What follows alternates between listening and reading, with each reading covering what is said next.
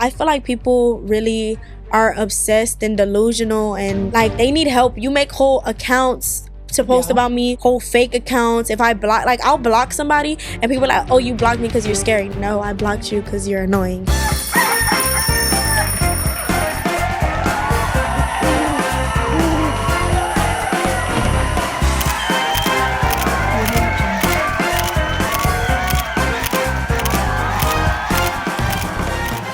What is up, everyone? I'm your host, Alannized, and this is Noche de Pendejadas, your favorite podcast turned talk show en donde yo traigo a tus influencers favoritos para platicar y posiblemente sacarle sus trapitos al sol. Hoy les tengo a una invitada que yo sé que allá en casita ustedes van a estar súper emocionados de escuchar y ver. So without any further ado, please help me welcome my guest tonight, Myah! Hello guys, my name is Myah. I'm 18 years old. I was born and raised in Houston. I'm the oldest sibling of 3 and I'm Myah. And you do a little bit of everything, girl. You're on social media. People love you. And I'm so excited to have you here with us today because, amigas, ustedes ahí estaban en los comentarios que tráenos a la Myah, tráenolas. And we finally made it happen. I discovered you this year. I think around maybe like a couple months ago, I started following you. And as soon as I started following you, I feel like you started even coming up even more on my For You page. I love your videos where you're just eating with your family and you can hear like everything going on in the background.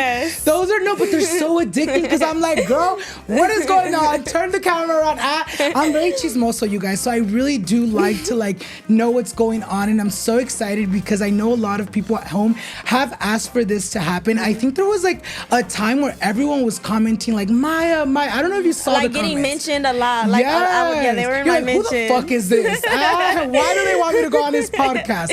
But I'm so excited that we made this happen. You landed in LA yesterday. And let me just tell you guys, I've been keeping up with her stories and she's been a busy girl the last 24 hours.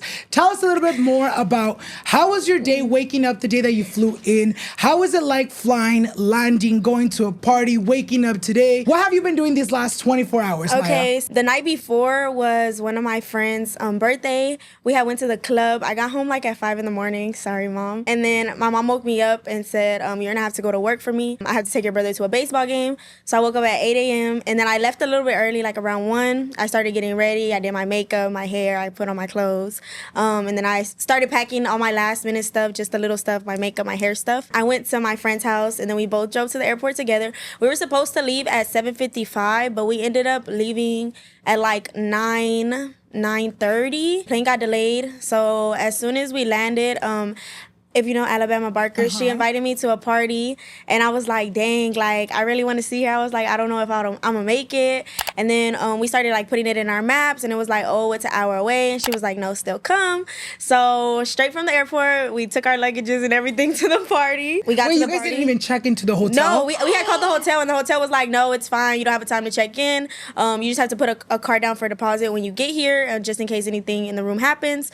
And you don't have a time to come check in. So we went straight to the party, so we weren't late because I think it was like an hour away. Yeah. And the traffic was, I think, like really bad, especially by the airport. It was really bad. So we just went straight over there and then we kept our luggages in the house and then we went to the party. We left the party like around 3 and then we took an Uber back to the hotel and then we got home, we laid in bed and we probably went to sleep like at 4:45, 4:50. And then you got up really early this morning. Yeah, we got up too. Like at 9, I think. We got up like at 9 a.m. and then we were like, what should we do? And then I posted on my story and people were like putting a bunch of suggestions and then we looked it up on TikTok and the Grove popped up. There was like a La La Land there. There was a bunch of food places there. So we were like, okay, we're going to go get something to eat. We're going to go get, go see, go explore, go shopping. We got some La La Land. We ate at this Italian place. Everything was good. It was nice. It was cutesy. I love the weather here because like in Houston, it's so hot. Is it humid hot or just hot? Yes, no, it's humid hot. And it's like already October, so you would think it would be cold by now, but it's not. It's like 90 degrees still and it's hot. It's sweaty. It's yucky, but over here it's like cold and I love the cold weather, so I don't feel cold at all. Like I was out yesterday in little shorts and even this morning con tu faldita, you were out and about. No, you guys, I saw her and I was like, all right, girl, she is out and about. I even had texted her this morning because I was like, okay, you know what? She's not from like the area. She's not from Cali, so I don't know if she knows how bad LA traffic gets. Yeah. So I was like, hey, how are you doing on time? Do you want to push it back a little bit? Because where we film, you guys, we're a little bit off from LA. We're in Orange County. So I feel like people think like, oh, we're in LA, everything's close, but I'm like, nah, mama. Like with traffic, you're catching like a 2-hour drive. There was like places that were like literally right by each other, and it said from here to here it was 45 minutes, and I was like, oh my god. But we ended up getting there like around maybe 11 something. We Ubered there. It was a little far. It was like 45 minutes, 49 minutes, and then we got there, we ate, and then we started shopping, and by the time it was like 2 something, and we were like, yeah, let's leave, because the traffic yesterday was really bad too. So we were like, okay, let's leave. And we left like at 2 something. We went to Zara. I we love bought some Zara. clothes. We found like these glittery Hollywood. I think it said Los Angeles. It was like 2 pieces. I bought one more thing. It was like a shirt, and it's like it had like silver gold lining on it, and it said LA. But yeah, we didn't find anything else. But we left like at 2:50, and we didn't even make it back to the hotel till like 4:20, 4:30. I love it, you guys. Can we also get a commotion for our matching outfits? This was not planned. Also, I haven't gotten glammed for the podcast in over a month and a half. And today I was like, you know what? I know you're a glam girly. I feel like you're always ready, which I love. Yes. So I was like, you know what? I gotta match Myah and I gotta get ready myself too, you guys. Y pues miren, yo sé que ustedes extrañaban el maquillaje. Aquí andamos matching. Y pues yo estoy bien listo para platicar el día de hoy. I'm so excited to have you here with us today because I feel like whenever I sit down with the guests, I feel like I always get to like know them on a deeper level. And I know everyone at home also wants to know a little bit more about Myah. So without any further ado, let's go ahead and jump into the CHISME, amigas. Let's go ahead and start with the beginning of time. I'm like, Jesus Christ, BC. I know, I'm kidding.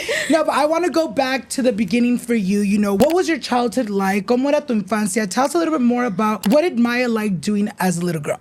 Okay, so when I was little, I remember my mom going to work. The things that I remember the most, I don't know if it's just because it was too cold in the morning, I was a baby, but my mom used to take me like cold showers like at 5 in the morning at my grandma's house. We lived at my grandma's house. We had no AC, no heater, no anything, and she would take me cold showers and get me ready. I would stay with my grandma, or when I had daycare, my grandpa would take me to daycare on his bike. He had like a little basket in the back of his bike, and I would sit in the back of the bike. And I remember one time from daycare, they had called my mom actually, and there was like, there's this man here, but he doesn't have a car, and he's trying to pick up Myah. And my mom was like, yeah, that's my dad. That's her grandpa. He's picking her up. And I would just ride the bike. It was probably like a 10-minute bike from my grandma's house, but yeah, she would get me ready in the mornings. I would take cold showers. My mom always did my hair. I don't know if that's something like I just carried along the years, like to always, keep my hair done, keep myself together, but my mom always used to braid my hair, do my hair. My mom would work. She worked at Fiesta actually for a very long time. Is that like a restaurant? It's like a grocery store. Okay. Is it like a Houston thing? Yeah. I think there's like a couple in Houston. What was it like growing up in Houston? Because I've had a couple H-Town people come on the podcast, and I feel like everyone always says that Houston's the place to be. Now, like Houston, there's a lot of things that you can do, a lot of things.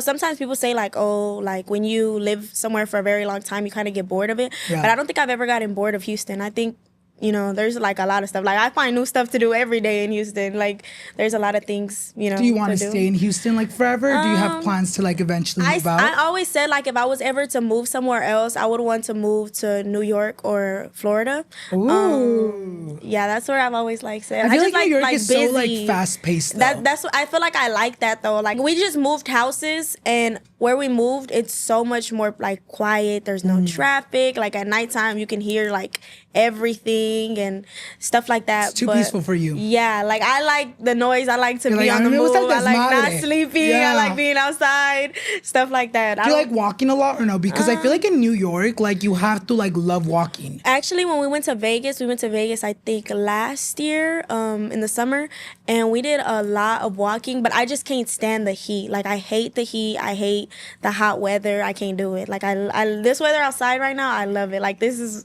the weather that I would want to. But that's another thing with New York. It's cold all the time. It's snow.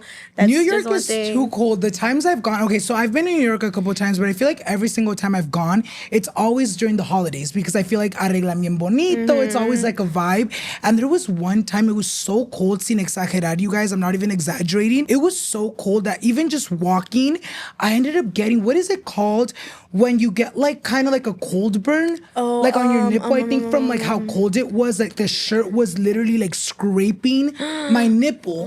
Casi me quedaba sin nipple, you guys. Like hypothermia? No, not hypothermia. I think it was like just so cold that the cold was almost freezing my shirt. Oh my God. So when it would be like it was like stiff? Yeah, so it was like so stiff, scraping my nipple off. You guys, lo bueno que la nipple todavía la tengo, but it does get so cold. You know what's crazy now that you think about it? I feel like I should be more appreciative of California weather because there is times where I'm like, oh my God, it's so ass. But then I've been to Texas. It's horrible. Florida's horrible. It's fucking humid. Like, you just go outside straight out of the shower and you're like, bitch, why am I sweating already? That's how it was in Vegas. It was like hot heat. Like, I felt like a heater was pointing right at me in Vegas. But in Houston, it's like that too. Like, and it'll rain, it'll be cold, and then it'll be sunny the next day. And then it'll, like, the weather doesn't have, like, just one pace. It's all different every day. You wouldn't ever want to move to, like, LA, especially now that you're doing, like, social media y todo eso? Maybe. I mean, I don't know. It's something I would think about, but the traffic is definitely, like, like, I don't want to. But I don't know. I love to drive, but I don't like to sit in traffic. So I don't know if I would be able to do the traffic. Is traffic as bad in Houston? I saw a TikTok where you're like, girl, this is nothing. No, this is horrible. This is horrible. This is worse compared. We were just talking to the Uber driver in the car, and he was like everywhere is an hour drive from here to here. If it's this close to each other, it's 30 minutes still. So I don't. You're like, no LA for me, you guys. It's worse. Traffic is crazy. I'm like, bitch, I'm not about to be stuck in traffic for hours. No, mi amor, yo quiero platicar un poquito, of you growing up more. How was your relationship like with your parents growing up? Would you consider yourself more of a mommy's girl or a daddy's girl? I would consider myself a daddy's girl. Over the years, me and my mom's relationship has gotten stronger recently. But when I was little, when I was my little teenage years and stuff like that, sometimes my mom was strict. But now that I think about it and I think back, she was strict for a reason, and I'm grateful that she was strict, because I feel like if she wasn't, then I would just be out here doing anything. But sometimes when she was strict, I would feel like I would go behind her back or I would lie, and I regret it all the time because she would always tell me Myah, there's a time for everything. Myah, don't do that. Myah, you need to do this. Myah, that's not right. Myah, this. Myah, that. But and all the time I would be like, she's just talking. It would just go one ear out the other. But now I understand where she's coming from when she says there's a time for everything, because now I'm older, now I get to do certain different things. But I have built a strong relationship with my mom. I feel like I was closer with my mom, but I've always been my dad is a person that I could come to when I'm talking. Sometimes people be they don't want to talk to their dad about boys and stuff like that. I would tell my dad who I'm talking to, and he'd be like, man, get the fuck out of here. But are you more open with your dad or your mom about things like that? I feel like my mom, but it's not to the point, it's not I can't tell my dad things about certain things. I could still tell him but I think I'm closer to my dad, but me and my mom have gotten very, very close. I've seen her go through more things. And stuff like that. So you were telling me this morning, actually, we got on a phone call, how you were telling me that when your parents had you, they were fairly young, and at the beginning they weren't living together. Each of them was living with each of their parents, and during that time, you saw your mom struggle a lot, trying to make ends meet, trying to really make it happen for you. Tell us a little bit more about what you remember about during that time. So I remember my dad telling me he used to work at Wendy's. My mom used to work at Fiesta, like I said, and she probably made minimum wage. I remember one time my mom, she got mad because she would, she already had little money as it is, and she would buy me food, and she would put it in the fridge, and the people in my grandma's house would eat the food, and she would be mad, that's Myah's food, and y'all are eating it. Bitch, that's my last $5. And y'all are eating it. And then I remember we actually ended up moving to a little apartment behind my grandma's house. It was a 1-bedroom, 1 restroom. It was very small. Like a studio? Yes. It was very, very small. I remember the mattress being on the floor and stuff like that. I definitely feel like my siblings, especially the 2 younger ones, I feel like they have it way better together, they haven't made, you know. And a lot of people say like, oh, like you don't know what it's like to like struggle, you don't know what it's like to do this, you don't know. But I've like watched my mom struggle, and watching both my mom and my dad. My dad, he has never called off of work. He used to work in the oil field before they had their businesses or whatever. He used to work in the oil field, and he would work 7 days a week. He would leave at 6 in the morning, come home at 6, 7, 8, sometimes 9 p.m. He would come home late. And I've seen him work, and he would never, ever, ever call off from work. So I don't know, them, you know, working, I feel like they work very hard to where they get. I've watched them struggle. I've watched them, you know, be poor. I've watched them go through like a come bunch up in of things. life. Yeah. And it's just, you know, growing up in a situation like that, I feel like as kids, it's almost like normal. You don't really think too much about it. Like, oh, maybe when you were super young, you're like, oh, I don't even know what being poor or rich means. Like, I'm here with my mom. We're happy. It's good.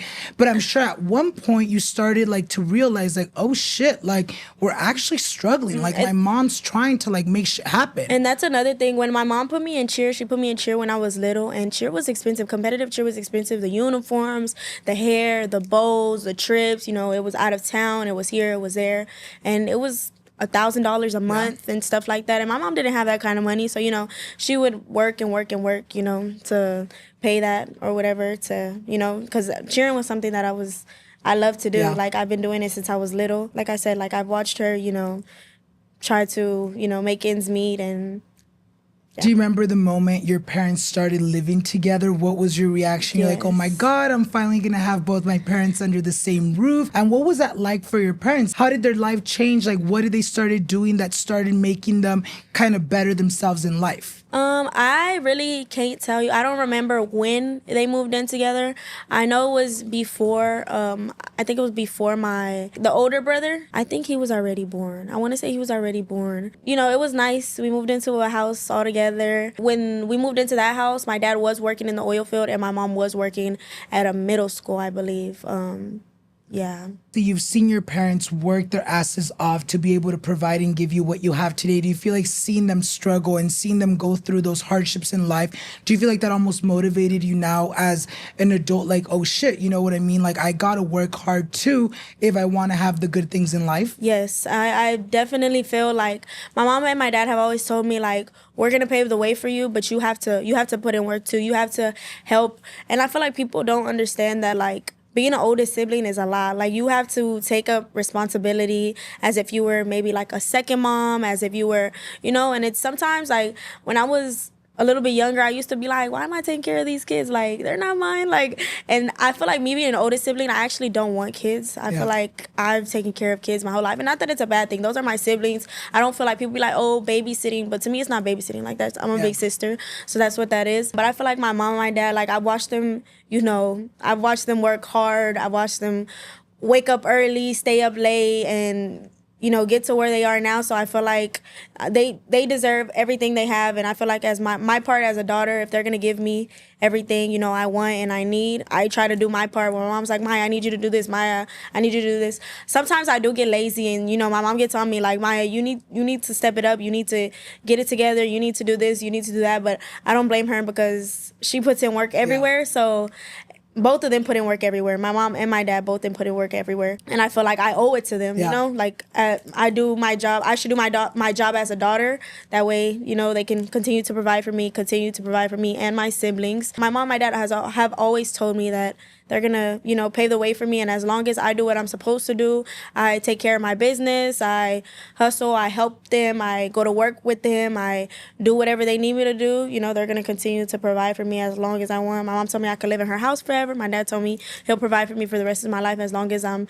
you know, doing what needs to be done, putting work in with them. People see what you post and people say like, oh, you have everything handed to you. You don't know what it's like to work. My parents' businesses, I don't put them out there because, you know, the internet is hateful. You know, people have bad and ugly intentions, but I don't tell people, oh, well, I've been working with my mom and my dad at their businesses since I was 10. People don't know that, but I don't tell people that, you know, not because I don't owe an explanation to anybody, and people be like, oh, you don't know what it's like to work. You don't know what it's like to go clock in. You don't know, and it's like I can't even tell you the mornings and I was waking up at 10 years old at 4 in the morning with my mom, my dad to go to work. You know, the people don't see that, and people just, oh, you have everything handed to you. It's all, you know, it's all daddy's money, mommy's money, and you know, you do nothing. You just sit there. You don't know what it's like to work. Everything's handed to you, and that's not the case. But does that ever get to you when people say that? Like, is there sometimes where you're like, oh my God, I gotta bite my tongue, but I'm so close to going off on them? How do you feel when people say things like that? I just feel like I know personally, like, what goes on behind the scenes. Like, I've seen everything, you know, behind the scenes. I do think about it, or sometimes I'll tell my dad or my mom about it, and my dad will be like, fuck them. Like, you know what we do. You know how things work. You know what you do. You know what me and your mom do. Like, it's nothing. Fuck them. Like, you don't owe anybody an explanation. Like, there will be times where I sit there and go back and forth with somebody, and my dad will be like, stop going back and forth with them. Like, they're no matter how much you try to explain to them the work you put in, no matter what you tell them, they're gonna always, you know, think Talk what they shit, want to, yeah. say what they want to. And he's like, you don't owe it to them. You know the work you put in, you know the work we put in, so that doesn't matter to them. You don't have to explain or get to nobody's level to explain to them, you know, the work you put in. And your dad's right. You know, I feel like you don't owe anyone any explanation as long as you know what you do and what you've been through. Eso es todo lo que importa. I want to go back a bit to you being the oldest sibling. You know, obviamente nos dices that being the oldest came with a lot of responsibilities, maybe some responsibilities that you growing up, you're like, oh my God, what did I do to fucking get this responsibility? You know, I want to be a child too, but now I'm over here taking care of my siblings or whatever it was. What were the responsibilities growing up that maybe at the time you didn't understand? Or what was it like being an older sister growing up? Me and my brother are 5 years apart. Me and my little sister are 10 years apart. And me and my youngest brother are 12 years apart. So first, my brother, you know, was born. As I got a little bit older, I remember staying at the house with him, like, by myself. I'm a little bit more advanced for my age. My mom and my dad used to go to work, and I used to take care of my brother at home or on the weekends, or, you know, whatever it was. When they had my little sister, my brother was, like, upset because he wanted a brother. Aww. And he was like, I'm going to make my little sister clean my room, and I'm going to do this, and I'm going to boss her around. And it didn't go that way. She bosses him around. But I feel like as an older sister, you have a lot of responsibilities. You know, you have to kind of be a role model for your siblings. My brother and my sister, you know, you have to kind of guide them in the right direction. My brother, he's 13, and he's very lazy. He's very, I'll do it when I get to it. I don't feel like doing it, or he'll forget, or, you know, whatever the case is. But I tell him, like, I was 7 years old doing laundry, washing dishes, sweeping the house, cleaning counters, cleaning up the whole house. Like, the whole house was my responsibility to clean, the restrooms, everything. And I feel like that's like a thing in, like, Mexican households. Yeah. Like, you clean every day. You clean, deep clean on Sundays, deep clean on Mondays, whatever. Me and my mom are the only ones that, like, clean around the house. All my siblings are lazy. But I tell them, like, you have responsibilities too. But I feel like as an older sister, you kind of just have to take that responsibility on and just, you know, do the laundry, do the dishes, do whatever it is. You know, my mom comes home and it's me, but, you know, I tell my siblings, like, y'all are here too. Y'all need a help. It's not a one-person job. Like, it's 6 of us that live here. The least y'all could do is help do something. Do some laundry, help separate some clothes, wash the dishes. Like, do something. Like, something. Yeah. If you didn't do something, do anything. Sweep, Swiffer, mop, something. You're like, get the fuck up from the couch. Yeah, something. Yeah. My brother, he sleeps in till like 12. But I feel like now he's a little bit more helpful. And my mom, like, when she's very, like, lenient and she just kind of leaves him alone, he'll just, like, drift off and do whatever until she's like, until I start yelling and going crazy, y'all gonna get up and clean and, you know, this and this and that. But I feel like as an older sister, you have a lot of responsibilities. I feel like that's another reason why my parents are, like, they give me a lot of what I want and what I need, because I do my part as an older sister. I've always done my part. I take care of them, you know, as a sister should. I don't feel like that's a job. I feel like that those are my siblings, you know, that's what I'm supposed to do. I feel like now that I've been the oldest sibling for going on 12 years, I don't want kids. I feel like kids are just like, everybody's kids are cute, but I don't want no baby of my own. I can't imagine myself with kids. I can barely, take care of my little brother. I feel like that's a very thing with, the older siblings, especially those that like take care or almost take on that like parent role with their siblings. They're like, I've had enough, girl. Right. Do you feel like now you're like, especially since you're over age, you're like, you know what, now I want to enjoy, girl. Like, I ain't got to be on mommy duty right now. Yeah. That's exactly how I feel. I feel like, sorry, mom, but when I decide to move out and be outside 24/7, she's going to have to find a babysitter. But I don't mind taking care of my siblings. Like, I've never minded it. I just feel like I can't have kids of my own. Yeah. I don't feel like I would be able to wake up and take care of a baby crying in the middle of the night. Like, that's not something I want to do or, feel like doing. And, people say like, oh, you're going to change your mind and stuff like that. And maybe I will, but like kids are like, but I'll deal with that change of mind later. Yeah, not right now. Right. Like now I just, want to live my life, I'm good with the siblings I have. They stress me enough, so it's okay as it is. And I feel like you're still so young, you know what I mean? Because I feel like especially because there will be people that will be like, oh, she says she'll never want to have kids. And then let's say 10 years from now, you and they're going to be like, oh my gosh, she like, no, mi amor. People just change over time. And maybe, after you've been outside for 10 years, you're like, maybe I want to settle down, girl. Maybe I want a family now, but there's no rush. Maybe down the line I will change my mind, but I feel like being an older sister, I think it gets talked about a lot. A lot of people say, oh, I don't think it gets talked about enough, but I follow, or maybe because I am an older sister, a lot of it pops up on my For You page, like, being an older sister this, being an older sister that. But I feel like in return of being a good older sister, I get it in return from my parents. They, provide for me back, and I feel like that's and also from your siblings. I feel like once they get older, they're gonna see like, oh shit, my sister would do this for us. My sister sacrificed this to be able to be there for us. Like she helped my parents raise us. I feel like everything, like your mom said, everything with its time, your siblings will be like, wow, I'm so glad that I have a sister that cares and loves us. Yeah, they should be. And if they're not, I'm like, get it together. I'll talk to your siblings. I'm like, I know, but I swear to God, I feel like they will appreciate it. If not now, eventually. I want to talk about you in middle school, high school. What was that like for you? Were you the popular girl, the outcast? Were you peleonera? How was Myah like in school? Middle school, like, I was very, like, I used to wear bows in middle school. Like, I don't know if, like, bows were a thing, but I used to wear, like, big bows in my head. Like JoJo Siwa bows? Yes. Okay. Like, I used to wear, like, big bows. Like, I would do a little side part with my bow on the side. I feel like because I was very, I don't know if innocent is a word, but there was like girls that used to bully me, but it was like, there wasn't a reason behind it. Like, I was like, girl, like what? Like, it was, people be like, oh, she's just jealous. And you'd be like, yeah, but, you also did something to piss her off. Like, I really didn't do nothing to piss these girls off. There was this one girl, and she used to, like, get her older cousins or older, I don't even know what they were. I don't even think they were her blood cousins. There were some boys that she hung around, and she used to get them, like, to charge me up when I was, like, walking the track by myself or when I was walking in the hallways. Like, she would get them to tell me stuff or make fun of me, like, about, like, little stuff. Like, I really don't remember, but I just remember her, like, using her older cousins, and they were boys. And I'm like, as a boy, like, why are you, you're messing with a little girl. Like, I was in 6th, 7th grade. To my face. Right. She would just say anything. Like, she would call me, like, childish, or, like, maybe it's because I wore bows, but I was always, like, put together, like, I always had my hair done. My mom always kept my hair done. Yeah. I was always put together. I don't think, and I don't know. Maybe, I don't know what it was, because I really didn't do anything to her. I know it wasn't about a boy, because we definitely didn't hang around the same crowds. I remember one time she had, like, grabbed, like, a paleta out of my backpack, and my grandpa had just brought me them from Mexico, so I would take them, like, to school or whatever. She brought one and, like, took it out the wrapper, licked it.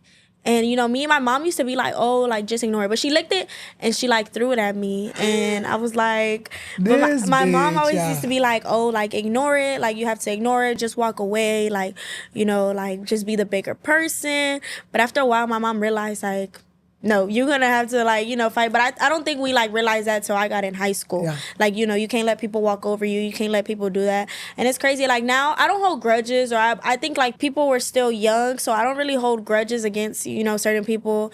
But I feel like once I got to high school, now I hold grudges. Because I'm like, what you were doing. Even in middle school. But, like, the girls or whatever that, didn't like me. Or used to talk mess. Or stopped talking to me. Or about a boy or whatever it was. I feel like we were all young, but at the same time, like, you know what you're doing. Yeah. I feel like you know how you act, you know what's right from wrong.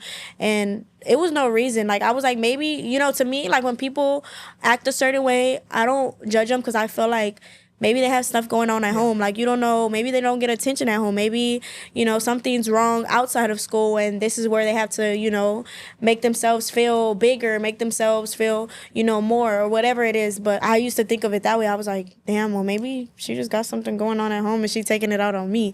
But I would just walk away, and never did I fight her, never did, you know, I never fought nobody in middle school. There was girls that, you know, had little, but, you know, it's middle school. Yeah. But I never fought anybody in middle school. My mom would just be like, walk away. But over the years, like, to little girls, like, or girls that follow me, like, I would, you know, advise, like, you don't let nobody walk over you. You don't let nobody bully you. You don't let nobody tell you about yourself. You don't let nobody tell you anything. I feel like when you let people walk over, they're going to continue to do it until you handle it a certain way, or till you know, take measures for them to stop. They're not going to leave you alone. It's going to keep happening. It's going to keep happening. It's going to keep happening. You know, you keep doing you, but you also have to defend yourself. You can't let nobody walk over you because they're going to continue to do it over and over and over and over again. Do you feel like during that time before you started almost like standing up for yourself during middle school, do you feel like getting bullied would affect your like mental health? Would it also maybe affect your confidence? Like, oh my God, what's wrong with me? Why are these people bullying me or making me feel like I'm this or that? How would that make you feel? I don't think it would affect my confidence because there was really like nothing wrong with me, and I didn't do anything to her. Like, there was no purpose behind it. And I was just like, there was really no purpose. Like, I guess she just wanted to feel like bigger, older. She wanted to, you know, impress the people she was around. It really wasn't anything like that. And it wasn't just her. It was like multiple girls. Like, I remember them, and, you know, it sticks with me. Like, I remember it. But I don't think it affected my confidence. But I just think, like, I did used to go home, and I used to, you know, sometimes I would go home crying. Like, I was still little, and I was just like, I don't understand. Like, I didn't even do nothing. Like, she's just doing this, or this girl's just doing this, or this girl said this. And I do remember, you know, coming home and crying sometimes, but I didn't feel like there was anything wrong with me. I felt like it was something wrong with them, but at the end of the day, like, that still like bothers somebody. And my mom would be like, don't cry, like, that's not a reason to cry. And, you know, the school they really wouldn't do anything about it. I feel like it's always like that, but I don't feel like nobody's ever messed with my confidence because I know what I am. I know what I do and how I behave. And I just think it was more of like, I was like, oh, it's a you problem. That's not a me problem.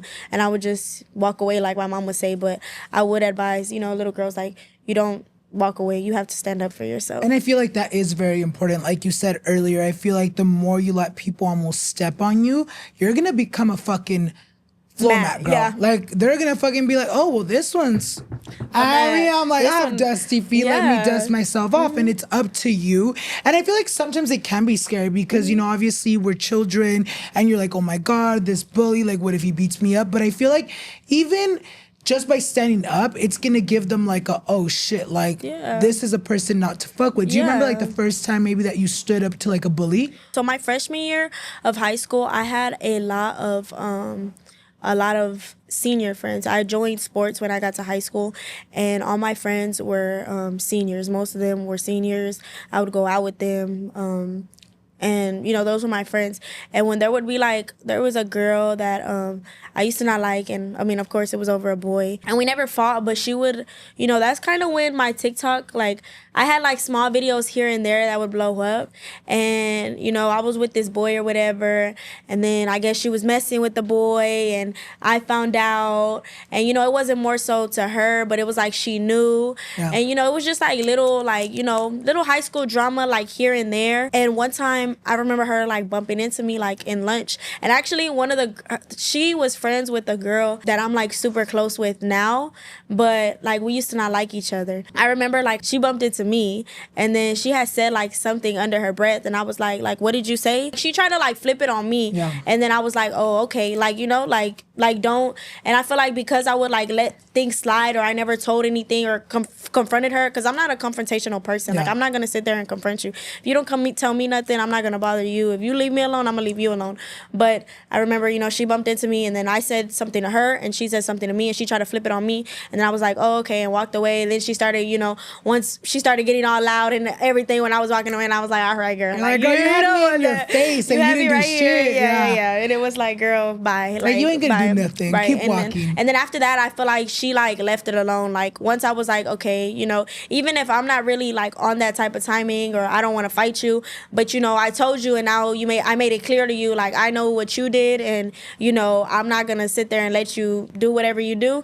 And then I would post like TikToks, and you know, girls love making the shoe fit. Like that's just, everybody wants the shoe to fit on them. And she would be like, oh, people are sending me this, and I'm like, okay, like what does that have to do with me? Like, is your at on the screen anywhere? Is your name anywhere? Like, I'm confused. And she was like, people are sending it to me. Nobody sent it to you. You were stalking. And I was just like, okay. And I would go back and forth with her, and she was like, oh, that she was gonna get her people to beat me up. And I was like, okay, like I'll be waiting, babes. I'll be waiting. And you know, nothing ever happened. High school, like stupid drama. It was just stuff like that. And then I don't know where she ended up, but I don't know what the fuck she's doing nowadays. And it's crazy because I feel like sometimes, especially I feel like it's very a thing among girls. I don't know what it is. Maybe it's like girls might feel threatened by other girls. Even I've seen some of my girlfriends like, oh, that girl hates me for no fucking reason. Like she just fucking hates me because I'm me. Like, and it's like, girl, why are you so fucking mad? That's exactly how I feel. And I'm like, I'm such a white person. Like, why this? Why that? Like, what is the reason? Like, I'm trying to get to the root of the problem. And there's never any root. Like, it's just, oh, like, I just don't like you. I just don't like the way you act. I just don't like this. And I'm like, what? Like, what? Like, that doesn't even make any sense. Babe. You have to have a reason. Like, but you know, now it's just like, okay, it's whatever. But I don't know. Like, it's just, that really is the way it is. And girls, you know, are petty about boys and, you know, things like that. And sometimes, you know, I get it. Like, you know, certain things are certain things. But I feel like if you don't even try to understand, like, both sides, and you're just there like, oh, I don't like her. And it's just... Like, you just look like a hating ass bitch. Like, I get it if you have problems because pasó algo. I feel like even sometimes it's like, girl, we've never even exchanged a conversation. Yeah. Like, why the fuck do you hate me? Right. That's how I feel sometimes. Like, even with social media, like, oh, do you feel like I that don't set like you her. Up for social media comments? I just feel like sometimes people are like, oh, I don't like her. But it's like, okay, give me 5 reasons why you don't like me. And you're like, like, you're you like, know, I don't have them. Yeah, exactly. Like you don't have a reason. Not even one. Like, you don't like me. People, I feel like sometimes people are like, oh, I don't like her because she acts stuck up or she thinks she's all that. But it's like, I never said I was all that. I never belittled anybody. You feel that way. I don't feel that way. And you feel like that's how you know when somebody's like, oh, she thinks she's all that and, you know, she moves this kind of way. No, you think I'm all that and you think I move this kind of way and you're watching me too much and you need to just, you know. Like, I don't even know what's up with you. Yeah, you know too much about me. And to me, I feel like I'm such a girl's girl. Like, I just wish I could be friends with everybody, and I'm such a friendly person. And along the years, I've realized, like, you know, having a small circle is okay. Having a little group of friends is okay. You know, I used to want all the friends in the world, but I realized, you know, sometimes people are only friends with you because you benefit them. Yeah. And, you know, you kind of learn that along the way. But like I said, I used to want to be friends with everybody. There was some times where, like I said, I was friends with seniors, and when it came to the bullying and stuff, like, I remember one of my friends, she went up to the girl and was like, you need to stop fucking with her. You need to leave her alone. Like, I'm not going to tell you again. And the girl, like, brushed it off because she was older, and she was just like, okay, girl. But it's like, girls pick and choose who they want to, you know, act froggy with. And I was like, and I've always been, like, small, little, short. Yeah, you are super short. Do your followers know that? I don't know. She's tiny. She has heels, y'all. Yeah, I'm 4... Well, it's 5 on my ID. I'm 5 feet on my ID, but I'm like 4'11". So they always want to pick the little one. Yeah. I was just like, you know, but it's always been like that. Like, I feel like girls pick and choose who they want to, you know, get, you know, like, buck with. But you're like, but stop choosing me. Stop choosing me. Choose someone else, That's what I'm saying. I feel like people try to, oh, she thinks she's this, she thinks she's that. But it's like, girl, get to know me a little bit and we can be friends. But you know what's so funny? I got a comment today. It was like in my YouTube vlog. And I don't know why people think I claim to be this like fucking Spanish fucking dictionary just because I speak English and Spanish really well. Someone left me a comment because I didn't know how to say tripod in Spanish. And in the vlog, we were making fun of it. And they're like saying like, oh, tripitas, te crees la gran verga, and you don't even know how to say it in Spanish. Like, bitch, when time did I say or when did I show you que me creo la gran verga? Eso es lo que tú piensas. Yeah, you think that. Like, that's not a me problem, that's a you problem. You're making up stuff in your head and running with it. Like, never did I say that. Never. Those words came out your mouth, not mine. Like, I get if I was just walking around here like, oh yeah, all of y'all are this and I'm better than all of y'all. But it's like, yeah, no, exactly. Girl, yeah. That's exactly what they see. And I'm like, no, like, when did you hear that? And, you know, my mom has always taught me, you know, be nice to everyone. You don't know what everybody's going through. Treat people how you want to be treated. I feel like that's simple stuff though. Like, you don't have to tell nobody that. Like, you should know. If I'm acting mean, I'm gonna know I'm acting mean. Because if I'm acting mean, it takes more effort to be mean than it does to be nice. So I feel like you know. And I'm not a mean person at all. I'm very sweet. Like I said, I'm not confrontational. Lately, I have been a little confrontational because people just been getting a little too comfortable. You know, too comfortable, and I have to, you know, like step in and defend myself sometimes. I feel like a lot of people are like, oh, you don't have to explain yourself. You don't have to defend yourself. These people don't know you. But it's like, you're not about to bully me. Like, you're not about to, you know, sit here and tell me what I am or call me this or call me that and think you're just going to get away with it because you're, you know, behind a little account. Like, you know. Like, you ain't going to tell me who I am, especially if you don't fucking know me. You know, you mentioned that you started cheer at 4 years old and it went all the way up until high school till you got kicked off the team. Before we get to that, CHISME, tell us a little bit more. How did you get introduced to cheer at 4 years old? What do you remember about those early days of cheering and what made you fall in love with the sport to where you wanted to continue doing it up until high school? So I feel like there's always been that like controversy, like, oh, cheer isn't a real sport. But cheer has literally, like, I feel like that's, you know, where I got into the athletic, you know. It was competitive cheer, so, you know, you tumble, you stunt, you do all kinds of things, you backflip, jump, get in stunts. And I was a flyer. Like I said, I started when I was little. We used to compete. We used to go out of town to Galveston, you know, little trips here and there. It would be on weekends. We would spend all day at competition. And when I got to middle school, I think I stopped doing competitive cheer sometime around elementary because, you know, it got like too much. Like, I had school, then I had cheer, and I had this and I had that. So I stopped, I think, in like my last year of elementary. I really don't remember. I got to middle school. I tried out for, I don't think we were allowed to cheer 6th grade. I think it was like a rule in the district or something. I tried out 7th grade. I made it. I think you have to try out every year. So I tried out both years and I made it. And, you know, you being able to tell them, I took like the skills that I had from competitive cheer. And I feel like competitive cheer is way harder than, you know, school cheer. School cheer is still hard, but, you know, competitive cheer was way worse. Like, why was I 7 years old conditioning outside? I had this coach and she used to scream and she used to yell and she used to throw chairs across. And I feel like she was, no, like Abby Lee, but like 10 times worse. Like, we would go outside and we would condition, like, in the, if somebody would like drop a stunt or like drop somebody on the floor, everybody go outside and, you know, the sun would be beaming on the concrete and we would do bear crawls across the whole alley of the back of the, you know, wherever we were cheering at the studio. We would just do bear crawls, including me. Even though I fell, that was like, it's a group thing. So you know, we would all condition. I was sitting there conditioning for hours. We would run around the gym. We would condition. There was times where we came to practice just to condition. You know, it was punishment if somebody did something, if I did something. And it was all like, it's a group thing. So if one person does something, everybody does something. But she would yell, she would scream. But to me, it was like I kind of like her. Like, I love her. Like, I still remember her very, very vividly. And I remember that whole studio. Everybody was so like loving. Like, when it was good, it was good.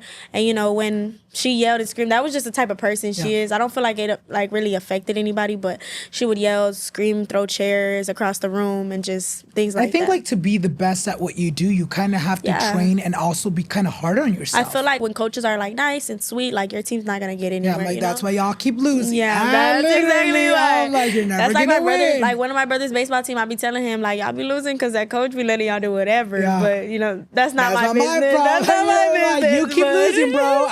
You can definitely tell. Yeah, you could definitely tell the difference between coaches that, you know, are disciplined and, you know, they don't play that, and you can tell the difference in teams like that. But I feel like she was a very, very good coach, regardless of her screaming, throwing chairs, yelling, doing whatever she was doing. Like, I learned what I had to learn. Yeah. In high school, you continued doing cheer, and you tell us that you loved it so much.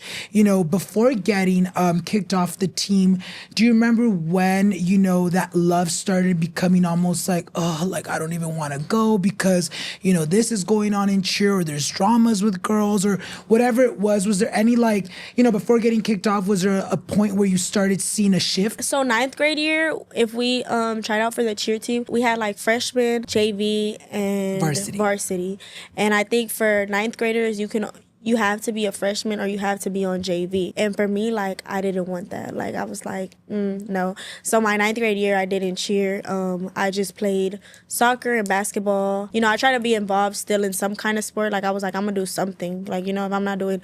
I played soccer a couple years in my life, too. So soccer was really what I wanted to do. And then basketball just came along. I played it in middle school. But I feel like in middle school, like, sports aren't really that serious. Yeah. You know, you're still training and, you know, being athletic and being productive. But it's not the same as like high school and stuff. I think I tried out the end of my ninth grade year, going into my 10th grade year. And, you know, I made the team. I was super excited. I feel like I said, like, when you're able to tumble, jump, you have skills, especially skills that I've carried on from all the years. Like, I never stopped cheering. I mean, I took that 1 year off, but that's because I didn't want to be, like, I wanted to be, like, in the football stadium. I didn't want to be outside on the benches at school. I was, like, super, super nervous, but I made the team. I made varsity. I was excited, you know. I didn't want to go in there like, oh, I got this, you know, I got it, it's whatever, because, you know, sometimes you could jinx yourself. But I went in there, you know, and I did what I was supposed to do. I'm not very shy, so I feel like me, you know, having to go, because we had to do like tryouts, and it was like 2 people or 3 people, and they would put you in groups, and one was in front of the other, or like y'all were next to each other, but y'all couldn't see each other. You couldn't copy nobody really. So you were just, you know, trying out, and that's how they, you know, graded you and took whatever you were doing. I had fun, and that's really where my TikTok started like blowing up. I would make videos, doing dancing videos in cheer. Not really like the vlog stuff, but I would just make like dancing videos, like trending little trends. I would do like little videos and put text on them. And there was like one time, like when we played another school, and then I was like, I did like a TikTok like, oh, like y'all lost or whatever. It started going viral. But I feel like doing cheer and, you know, TikToks in school is really what, you know, started when I started going viral. For my junior year, I've always enjoyed cheering. I think like the football games were my favorite, like being able to tumble coming out when the football players are coming out. Like that was like my favorite part. And, you know, having a big group of like girls, I was excited for that part, like until I wasn't. And you just kind of learn like everybody's not the same. Everybody doesn't have the same intentions. Not everybody's nice. Some girls are mean. Some girls are ugly. And some girls, you know. After a while, it didn't seem like a hobby anymore. It seemed more of like, oh, I have to show up and do this. I have to do that. Like it was just more draining. It was more, if somebody does something, everybody gets repercussions for it, but it just kind of started feeling like a job. Like I'm at school, then I'm at a job. You know, when you're on a cheer team, I feel like I've learned that from like competitive cheer. You know, you're supposed to feel like you have a big group of sisters. You have a big group of love. You have like a coach who does this for you, but also does this for you. And it started like not to feel like that anymore. Right. It started to feel like girls were arguing with each other. Girls didn't like each other. Things would happen and behind closed doors. Things would happen in the locker room. And it was just like, this doesn't feel like cheers anymore. It feels like y'all hate each other. Things like that. Or it would be like little things. And I'm not saying, you know, my coach was just like the worst person in the world, but there was like things that I remember or like that stuck to me, like things that she said that started just kind of catching me off guard. Like, I didn't like what you said. I didn't like that. I didn't like this. What would she tell you? One time we were talking, like we were in a group. We would only get fed for football games and not for basketball games. We had all talked about like all putting in so we get fed for basketball games. In that same conversation, we were talking about getting new bowls or shirts or something, and we were like, oh, like if everybody pitches in this, because she was like, oh, we don't have money for that. I threw that idea, like maybe if everybody, you know, pitches in a little bit, we can get new bowls or we can get fed for basketball games. And she was like, tell your parents to pay for it since they have money. And I was like, Girl, like these are not things that I told her. She would like watch my TikTok and stuff like that, and it was just like, to me it wasn't like oh, I like watching you. Like it was like girl, I'm nosy, what's up? Like, you know, it was little things like that. Like she used to always say like little subliminals about my parents having money, and to me I didn't like that. Not only did I not like that, but I was like, you don't know like anybody else's situation. What if you make another girl feel a certain way? Like what if that makes somebody else, you know, think something different, you know? And it was just like, I feel like that's not something you say to a child. And she stayed in front of like the team? Like we were in a big group sitting down on the floor, and she was like, oh, well, you tell your parents they have money. And I was like, girl, you don't know that. You were telling me today that the final straw was you getting in a fight. Tell us a little bit more about that. How did that start? How did the fight initiate? Cuéntanos todo eso. So a little bit before that, I had got like probation, like suspension for like 2 weeks. We had like a game at the stadium, and we were like early to the game, and we were all playing, and you know, like we were all running around making TikToks and stuff. And there was like a tray of raw cookie dough like in the concession stand, and like me and 2 other girls took like raw cookie dough off of the concession stand. We ended up like getting in trouble for it, and it was like funny, but it wasn't funny. Like, yeah, I shouldn't have done that, but it was just like, it is what it is. I already did it. And we ended up, you know, getting in trouble. I ended up paying for the cookies somehow. That would happen, I think, a little bit like before I had got into the fight. But once I got into the fight, right after that, I think I got suspended from school, and it was like right before Christmas break. So I was suspended like 2 days, and then it was Christmas break. So I didn't come back to school till after Christmas break. That's all I was thinking about. Like, damn, like cheer. Like, what about cheer? Like, I fought. Like, I'm gonna get kicked off the team. But I was more like, I'm gonna get suspended. I didn't like think I was gonna get kicked off the team. Yeah. And you fought like another cheerleader? No. It was just another girl. It was just another girl that I fought. It was another girl that I fought. And when I fought her, I just felt like I had to, you know, like defend myself. It is what it is. It wasn't going to stop unless I did something. And that was my first fight I have ever gotten into. It was like trending around TikTok a while back. I don't know if you've seen it, but that's crazy because somebody really like made a whole account and like put the girl's name. They put blank and Myah's fight, and they posted the video. And I'm like, girl, what type of clout chasing are you trying to do? They crazy. Made a whole like a whole year later. Yeah, like 2 years later. And I was like, okay. But after I got into the fight, like that's all I was thinking about. I was like, damn, like what am I gonna do? I was expecting a text from her or a call from her or anything from her, because I feel like, you know, as a coach, like, yes, I was wrong. Yes, I shouldn't have fought. Yes, I should have thought about what I did before I did it.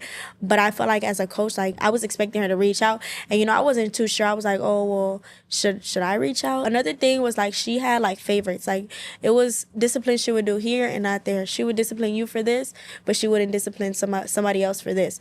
And there was instances, there was, like, girls that got caught smoking. A girl slapped a girl in the locker room, and a girl stole somebody's stuff, and nobody would get like consequences for that, or some people would, and then, you know, you had the favorites and nothing would happen. And it's like, girl, if I did that, you would have suspended me. So I'm confused. And I texted one of the cheer captains, who, you know, was one of the favorites or whatever.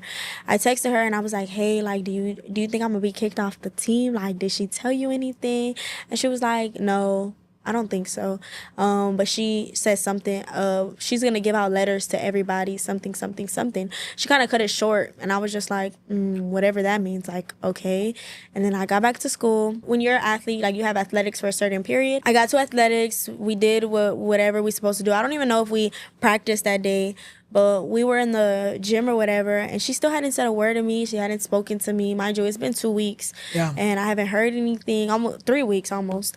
And I haven't heard anything. You haven't, you know, said anything. And I'm just like I was scared. Like, I was like, damn, like, the silent treatment is the worst treatment, but it's like, at some point you have to tell me, like, what's going on. Like, I know I'm not just going to get no consequence for this. After that, she ended up, like, pulling me to the side, and she was like, let me talk to you. And she started talking to me. You know, as a coach, I feel like, yes, you're supposed to give out consequences, but she started telling me, like, I'm a waste of talent, and she was like, you knew what you were doing, you should have thought about it before you did it. There's so many girls that want to be here and that could take your spot. And to me, it was like, so take it. Like, to me, like, I'm not gonna be somewhere I'm not wanted. I'm not gonna. And to me, like, I think about that, and I'm just like, for her to tell me, like, oh, I'm a waste of talent. Like, I feel like I was very talented at what I did. So for her to be like, oh, you're a waste of talent, like, that stuck with me. And after the conversation, it was undecided if I was going to be kicked off or not. She was like, keep this conversation to yourself. I don't want to hear it from nobody else, nobody. And she was like, not even your mom.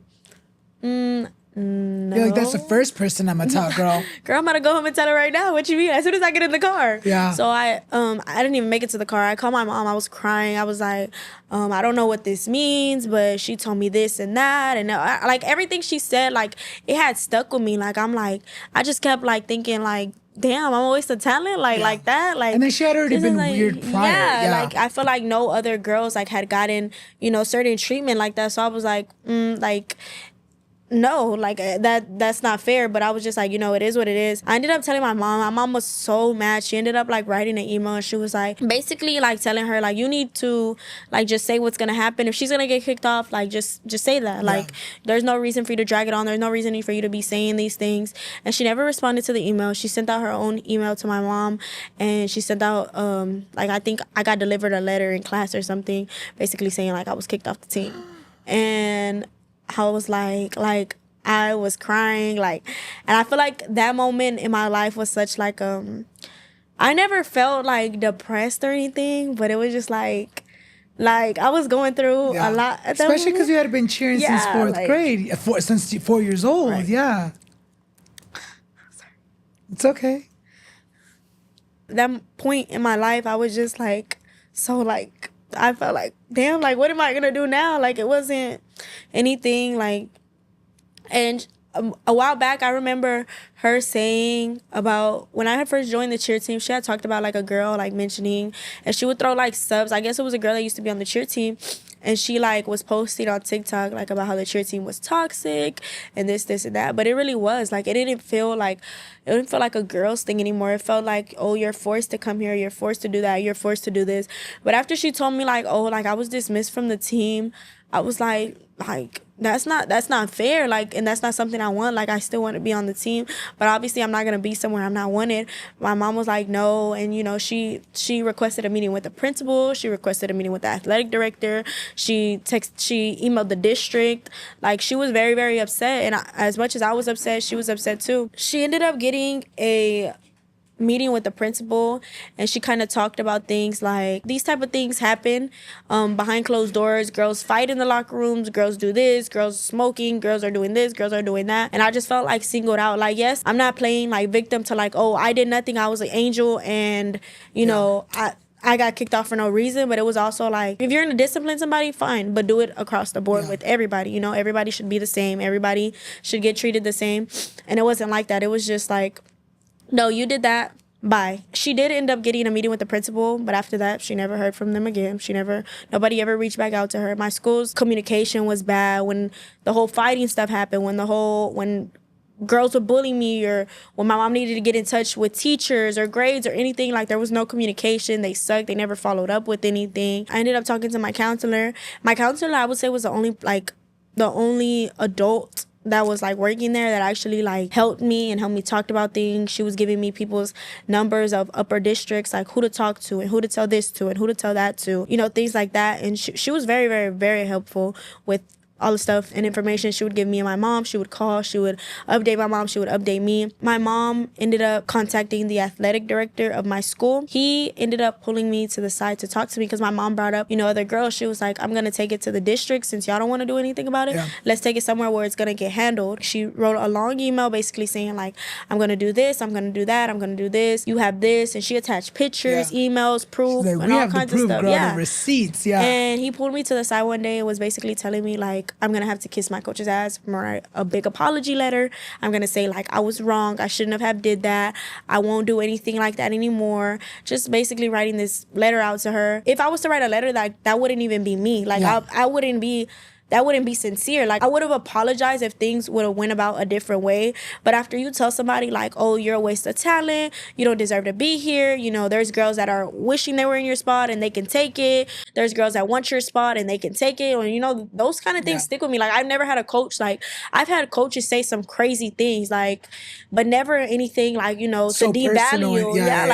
I took it, like, I still think it deep with me. Like, I feel like there's just some things that you don't say, or if you're going to say them, you feel like you could put them a different way. Yeah, like, I still think about that. Like, I still remember the conversation and how she was telling me, like, everything and how I was feeling. I remember crying in her face, too. Like, it was just, like, it really, bothered me.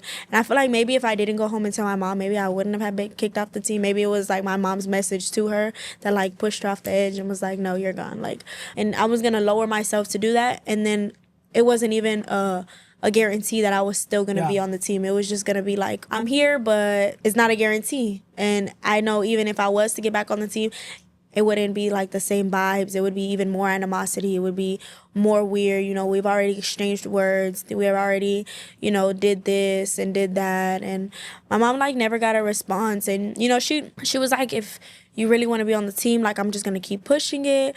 But at that point, I was just like, it's not even going to be the same. Like, clearly, I'm not wanted. Clearly, I'm not liked there. Clearly, you know, it's something there. And, you know, I feel like maybe God has other plans for me.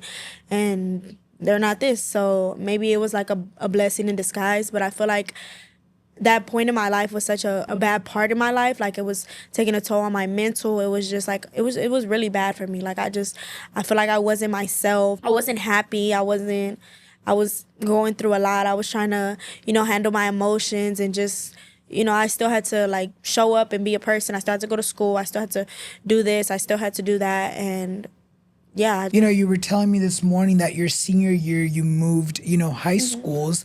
What was that like? What was the reason why you decided to move, you know, your last year of high school? And what was your experience going into like a whole brand new high school, going in as a senior? So a little bit afterwards, like in January, I believe, I want to say it was like the end of January, I got into another fight with the same girl. Even like the coaches, like, it was coming back for me that the cheerleaders, like, that the coaches were still talking about me, like, oh, there she goes again, like, she's doing this and she's doing that. And I feel like those were coaches that would, like, talk about like girls. It kind of made it seem like, are you my coach or are you in competition? Like, you know, it was just things like that. Like, why are you comparing yourself? Why are you talking about... I feel like adults that do that are weird. Like, you're an adult talking about children. And that's, to me, that's weird. And it's, especially if it's in a bad or negative way. I got into another fight. And like I said, like, that whole, from like the end of December to like January, February, I wasn't myself. I wasn't happy. It was just like, I have to do this. I have to go to school. I have to. And it was draining. Like, I didn't want to do it anymore. And I was tired. The administration was not doing anything. The APs wouldn't do nothing. The principal didn't care. Nobody cared about anything. So I remember one day at school, like, there was like 8 fights in one day. And I'm like, girl, like, y'all got nothing under control. And, you know, it is what it is. I needed to move. And I didn't tell anybody that I was transferring schools. I just transferred. Were you scared the first day? Well, I was, but actually when my mom withdrew me, she kind of went up there and like caused a little scene. But she was like, she came up there and she was like, I'm gonna withdraw my daughter. And they were like, oh, what school is she going to? And my mom was like, she's dropping out. Like, she told him she's dropping out. And, you know, that looks bad on their end. You know, they're missing out on money. You know, it has to get reported to the district. And they're like, well, what do you mean she's dropping out? Like, what do you mean? Yeah. And then like the 2 APs from my grade and the grade before me came down and they were like, you know, like, I don't think dropping out's the best option. Like, are you sure this is what you want to do, Myah? And all the time, I'm like, girl, I'm going to another school. But I let my mom, you know, handle it. And they wanted to care now. They were like, no, like, what do you feel like we need to do differently? And it's like, it's too late for all of that. Like, girl, I asked y'all for that months ago. They were like, oh, I can email you some online schools if you want to like do school from home. Do you think you could homeschool her? And they were just trying to find like different alternatives, but it was like, it was too late for that already. So my mom withdrew them. She didn't tell them what school I was going to. She didn't tell them anything. You know, eventually they're gonna have to pull my transcripts and stuff, but she just told them that. And you know, they were like upset. They were trying to, you know, get to it, but it was like, it was too late for all of that. So I ended up transferring, and I was scared, but like I said, like, I'm a very social person. And also, I had a lot of friends. Like, I had a lot of people I talked to. Was it like a school within the same district? No. It was a whole different district. But once I moved schools, I feel like that's when I finally realized, like, people will literally only be friends with you because you benefit them. After I moved, I don't feel like anybody called me. And not that anybody owes it to me, but I feel like if you're my friend, you know, some of y'all were riding in my car. Some of y'all were going to lunch with me. Some of y'all... I was playing a little Uber and, you know, going here and there with y'all. And it's like, I left. So I'm not a little Uber no more. So now y'all don't need to call me. Y'all don't need to text me. Yeah. And to me, like, that kind of like rubbed me the wrong way. There was a lot of people that I talked to that I no longer talk to anymore.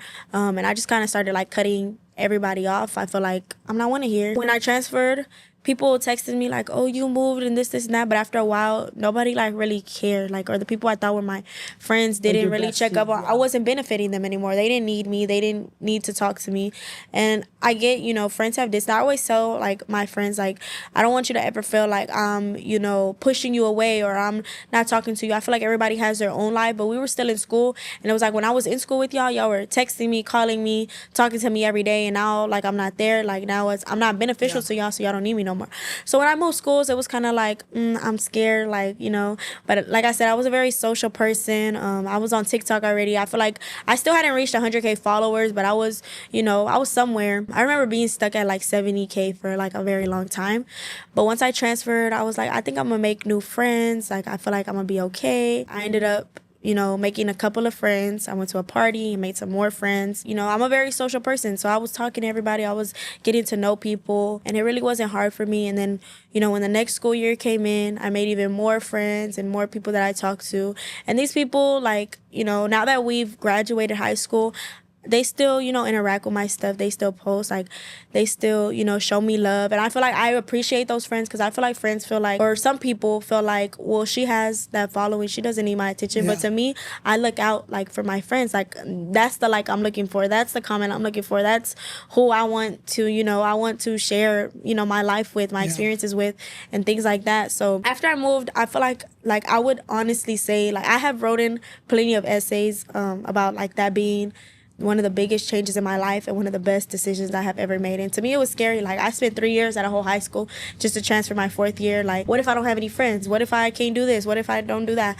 And, to me, I wanted to cheer too, but I wasn't able to cheer. It was too late for tryouts. So I was like, damn. But I feel like that was one of the best decisions I've ever made. Like, I don't regret it. Like, I feel like that was the best thing. The administration was so much better. It was happy. It was, everybody cared. When I got there, the administrator was talking to me. Like, they cared. Like, and it was a good environment. Yes, you could see the difference. Yeah. Yes.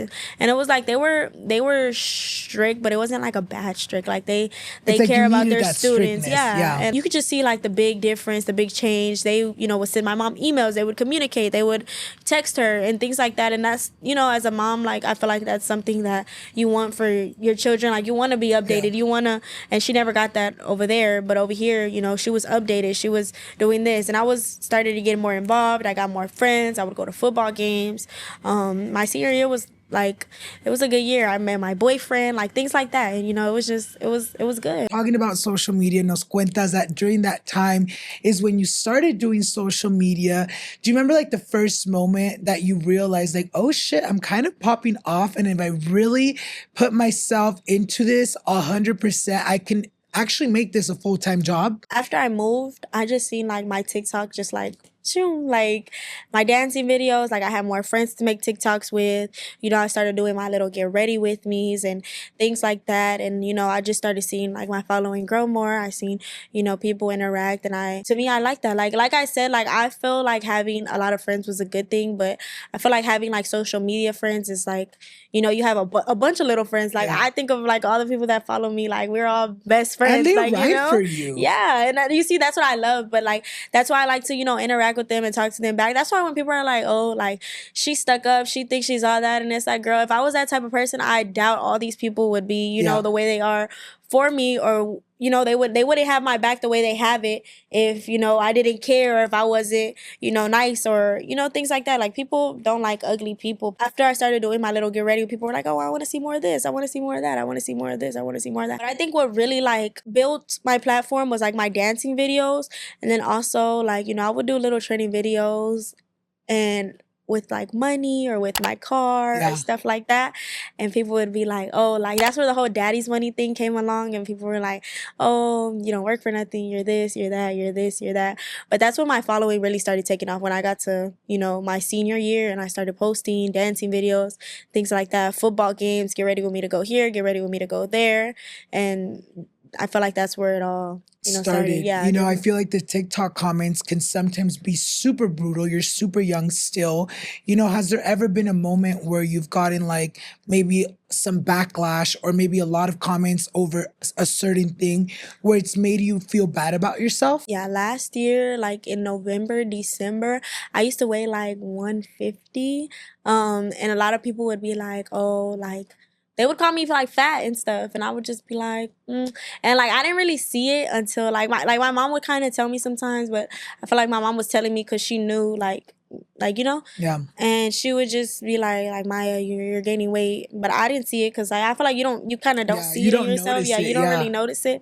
But also, I wasn't in sports anymore. Like, I had just moved. It was too late for sports for my senior year. So I wasn't active and athletic as I was anymore. You know, I could still sit here and, you know, do a backflip across the room. But, you know, like, I wasn't in sports anymore. I feel like that's where, like, the, oh, she's fat started coming along. And I feel like that's what people said because it's like, there's nothing you can really say about me. Like, you know, you can't say, like, oh, she's ugly or oh she's mean or oh she's this, she's that. So it's like, okay, let's call her fat. And then after that, like, I kind of was like, you know what, like, let me, you know, make something out of it. So then I was like, okay, like, I'm gonna start losing weight. And a lot of girls like now like text me like, how did you do this and how did you do that? And you know, now I weigh like 135. Congrats. And thank you. And you know, people still call me fat, but I'm like, I feel like I've came a long way, and you know, I worked for it, and you know, you don't just lose that many pounds overnight. So do you feel with the weight you've lost, it's almost kind of rebuilt your confidence? Because I'm sure at one point you're like, oh my God. Because I used to be 321 pounds, right? Oh my Yeah, I used to be really big. And back when I started doing YouTube, I've been doing this for like 10 years almost. Oh my God. You're like, damn, you're old. No, I am pretty old. I'm almost pushing 30. But what I'm saying is, I used to get a lot of the comments of like, he's fucking fat. Oh my God, fat, fat, fat, fat. Lost weight, and it really did change my perspective because I feel like even though I knew I was big, when I would see those comments, I'd be like, oh shit, like, so it is true. It's almost like confirmation. You're like, oh, it's not just me thinking, you know. But then after I lost it, I feel like I started regaining my confidence. Did that happen to you? And I feel like, no, I feel like I've always had confidence, but it would make me feel like, damn, like, I'm fat. Like, you didn't have to tell me that, but like, you know, and it was just like, those comments really don't bother me because I know I put in the work to lose the weight. Like, I look back at my old videos and I'm like, damn, girl, you was a little big. But now I see myself, like, I'm not as big as I used to be. I don't look how I used to look. Like, I've gotten older too. I've matured in the face. I've matured, you know, but I didn't realize it. And when, you know, people are ugly, you know, people just say anything, do anything. They make you feel any kind of way and they don't care. Like, social media is social media, but I feel like I've built like that wall up. Like, to me, comments don't really get to me. And I feel like when they were at that time, when everybody was like, oh, you're fat, and I just kind of turned it into like a, let me make something out of this. Okay, if I'm fat, let me, like, you know, let me drag it a little bit. And they would be like, oh, like, you have all the money, you can have all the money, but you're still fat. And I was like, okay, like, so now, and then when I lost weight, like, people were like, oh, like, people would just say anything like, oh, she thinks because she lost all this weight, she can act like this or she can do this. And it's like, girl, like, first you were mad because I was big. Now I'm not, and now it's still a problem. And they're gonna find something to be mad about. And you know, I feel like people still try to like drag me or be like, oh, like, she's still fat or she's still this or she's still that. But like, I've came a long way and I'm like proud of myself. I feel like, you know, I put in the work to lose all that weight. Y'all didn't put in no work to lose the weight. Y'all didn't, you know, go to the gym. Y'all didn't eat right. Y'all didn't, you know. And it took months. I think November, December, January, February. Really, I started seeing progress like in February, March, and I was preparing, you know, up to my 18th birthday. Prom was coming up, so I was like, I gotta get it together. I gotta, you know, get in shape.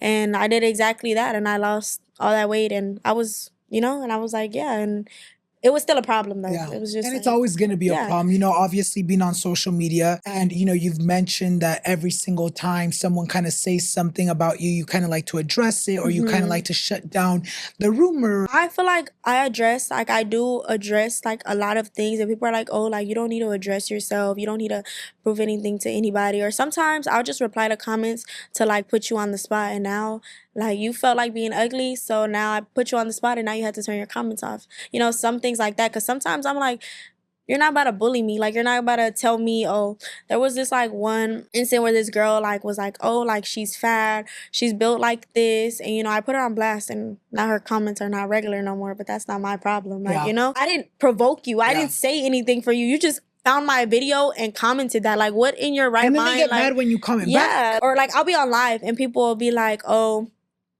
you're fat, and you know, or you're this or you're that, and you go to their page and it's like, you have no dad, your baby daddy's gone, you're struggling and you're worried about the wrong things. And a lot of the comments that I see, it's like, older people. Yeah. Like I see a lot of like older people or older people with kids that always have something to say. So it's like you're older, so I don't really expect Like, you to what are like you doing understand. worried about an 18-year-old Yeah, right. girl? Like, and I feel like people don't understand that. Like people, I'm still 18. I'm freshly 18. I just turned 18 in May. And I feel like people don't like realize that. But I'm also a teenage girl. Like if you think that I'm not gonna go back and forth with you and you said something crazy to me is crazy, because you know sometimes I do have to take it there, and you know, and people, I say something back and people will be like, oh, you always bring up money. Well, obviously I'm not going to bring up my personality. Obviously if you're commenting those kind of things, my personality is already better than you. Clearly if you're projecting your insecurities onto me, like I don't have, what do you want me to say to you? Like, and they're, oh, well, you always bring up money, or you bring up this, or you bring up that.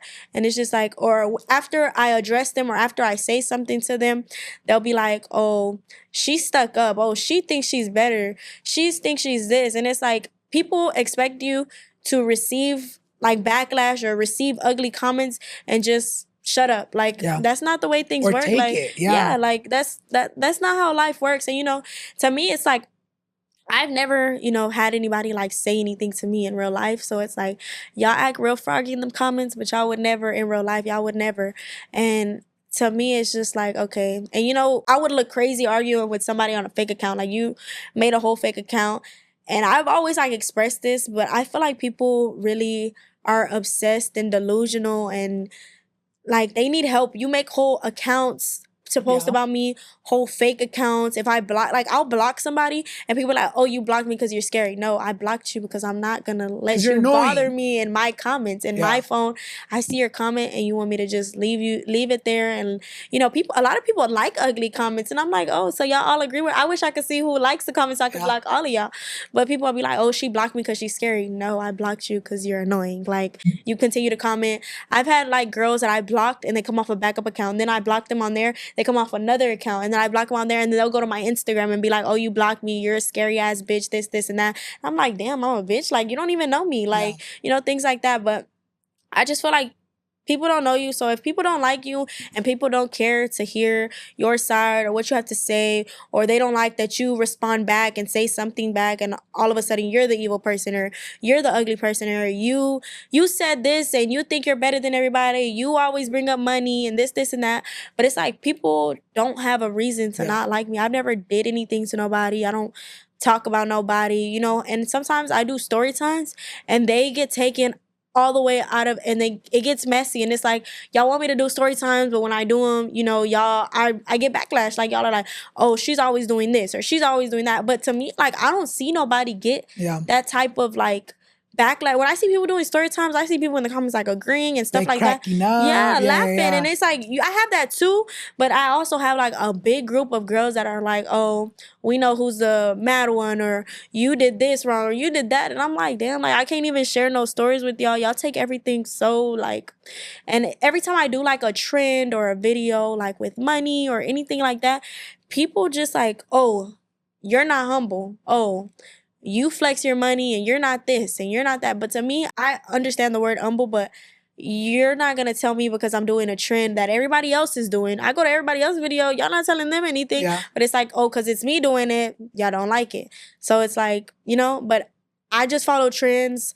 I do a certain trend and everybody will be like they'll take it too. Yeah, like if I'm talking directly to them, and I'm like, if I was being direct, you have a little at the bottom, you know, in the caption, and I'm gonna send you the video, and you know, but it's like these videos aren't at y'all. Like this is my life, this is my phone, this is my video, this is my page. I post what I want, I do what I want, I say what I want, and y'all just like take it. And it'll be people that like don't follow me, or you know, people that just say anything. Like I have made a video. And it was like an audio where like, it was like, I'm your inspiration. And everybody was like, you're not, but this, and you're not, but that, or be humble. God will take it all away from you if you don't sit the fuck down. Like people say ugly things like that. And it's just like, I don't feel like I'm a ugly person. I've never belittled anybody. I've never made fun of nobody's situation. Cause like I said, like I know what it's like to, you know, be in that position. I know, and people are like, oh, you don't have to clock in. You don't know anything about networking. And it's like, I do, but you know, sometimes I don't have to explain that to you. And even though I do, no matter how many times I tell somebody like, oh, I do this or I do that. I remember somebody in my comments was saying like, oh, what does she do for work? And then somebody was like, she works with her parents. And then somebody was like, that's not a job. And I was like, so what? I'm just waking up at 5 a.m. for no reason and going punching in and for nothing. Like, that's not a job. Like, what do you like, mean? are you like, stupid? Yeah, like that doesn't make any sense to me, because it's like I'm literally telling you and showing you, and you're still like, that's not a job. Like, I feel like with social media, you'll never fucking win. You know, like I've said, I've experienced the trolls. I used to be very much like that. I used to, but you know what? I've said this so many times before. I used to always address shit, but people used to be like, oh my God, don't give them what they want. I'm like, no, baby, I'm getting content out of their stupid ass comment. Like, if I'm addressing it, it's because I want to make them look stupid and because I need a fucking video to post, babes. right? I need make some money out of this somehow. Like, girl, like, I'm going to use you, stupid. Literally. Even if you sit the fuck down and explain to them detail by detail, showing them everything, people are going to run with whatever is more entertaining in their head. Yeah. So I feel like with social media, you're never going to fucking You can't make nobody understand you. You can't make nobody like, oh, well, you know, I'm this type of person. I could sit there and, you know, hold your hand and show you proof and tell you this and tell you that. And it's like, if you don't like me, you're still not going to understand me. You're still not going to want to understand me. So it's like, I can't make you. If people don't like you, people don't like you.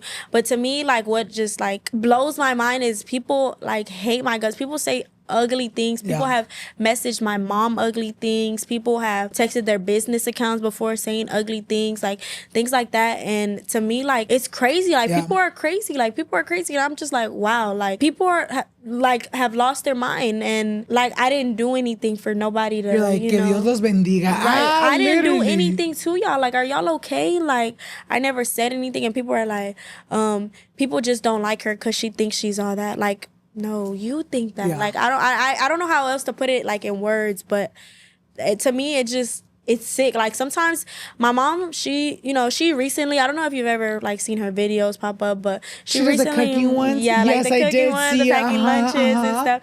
My mom, she says like she does it because like when people go to my videos, like my dinner videos, like I'm very family oriented. When I sit down, when I eat dinner with my family, like you hear everybody talking in the background, saying their little 1-2, and people will be like, oh, like, your mom needs to do videos. Your mom needs to do that. I want to like, see people, that recipe. I think that's how I actually found your videos because you were eating. I don't know what it was. Someone was like, what, can we get the recipe? Yeah, You're like, my mom loves posted to it. Cook. Yeah, like she's made carne asada, tostadas, menudo, pozole. Like, she's always in the kitchen. So she cooks. And then, I feel like a lot of, Mexican households, I'm very family oriented. Like, I know a lot of people, a lot of my friends, like, they don't sit at the dinner table and, eat with their family. But like, for us, like, we do that every single day. Like, every single day, we've always do that.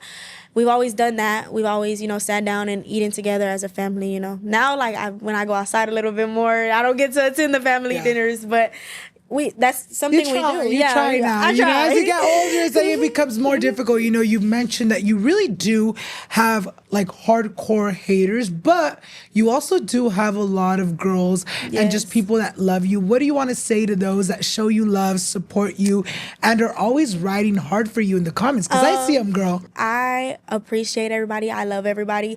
When I like read comments and tell people things, like after I hit my like 500K, I really like took it all in and like realized like these people like love me. Like a lot of people hate me, but I feel like a lot more people love me, and the people that know who I am, the people who have met me in real life, the people who have talked to me, the people who I've had conversations with, the people that I've DM'd back. I appreciate everybody. Like, my words don't express it enough. I never thought like, oh, influencing or content creating was something that I wanted to do. It's just something that I just started doing, and then it just like took off. Like and I was like, oh, okay, like I like this, and I like, like I said, I like having friends. I like being able to talk to people. I love whoever loves me. Like, I love them. And people be like, oh, like I read comments. I do go through comments. I go through T pages about me. I go and read and this and this and that, and they'll be like, oh, you're defending somebody who don't know you.